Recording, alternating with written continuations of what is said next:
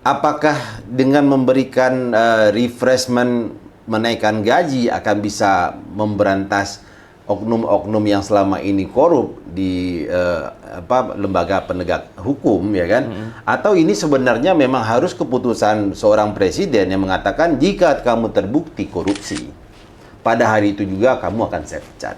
Apakah perlu seperti itu sehingga apa yang terjadi di Georgia ini bisa terjadi juga di Indonesia, Bung Dodi? Saya rasa perlu seperti itu, Bang.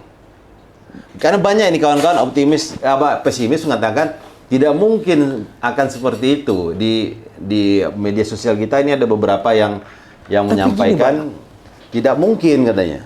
Apa yang saya rasakan baru kemarin kita melakukan pendampingan di pekerjaan gitu kan, profesional sebagai seorang lawyer. Ya. Baru kemarin kita ngerasa 1 minggu terakhir ini kita ngerasa bahwasanya APH itu santun sekali sama kita. Biasanya kan kalau ngelihat lawyer kan di mata mereka kan langsung ya itulah gitu kan. Nah ini kemarin nggak ada sama sekali. Ada perubahan yang signifikan gitu loh.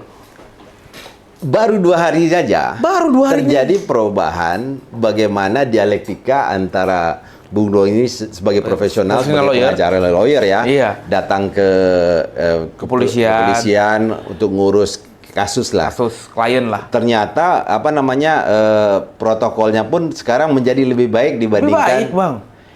Ini apa ya? Semacam gerakan moral pribadi dari aparat penegak hukumnya, atau memang ini imbas dari penekanan yang begitu kuat yang disampaikan oleh Prabowo pada saat pidato? Apakah menurut Bung Doni, apakah ini imbas karena penekanan itu?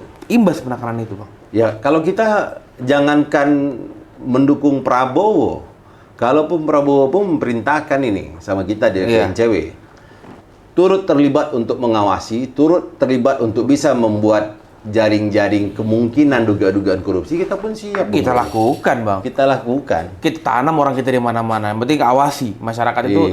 Masyarakat diberikan keleluasan untuk melakukan pengawasan terhadap aparat pemerintahan dalam proses penyelenggaraan negara, ya kan? Apabila ada yang melakukan tindakan koruptif, langsung laporkan. Dan sebenarnya masyarakat pun tidak perlu diiming-imingkan hadiah 1 miliar, 2 miliar, ataupun lah setiap upaya-upaya pelaporan terhadap tindak pidana korupsi. Karena ini extraordinary crime dan memang sama-sama kita harus membasminya. Bahkan gini, saya pernah terpikir ini, orang kalau jambret, digebukin sampai mati, dibakar ada, Bang. Maling makanan, maling singkong karena nggak makan, dipukulin sampai patah.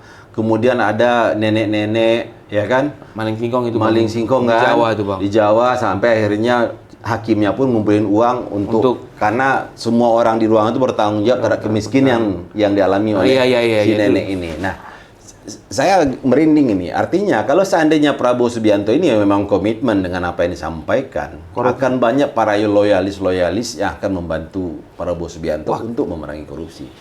Karena korupsi ini menyengsarakan rakyatnya itu, ini multiplier effect. Kalau di ekonomi kan, satu gerakan bisnis akan menggerakkan ekonomi yang lain. Hal yang sama ini. Korupsi ini. Jika korupsi ini dilakukan di satu titik, akan menghancurkan pondasi-pondasi yang lain. Iya, itu pasti tuh, Bang. Nah, ini harus diwaspadai.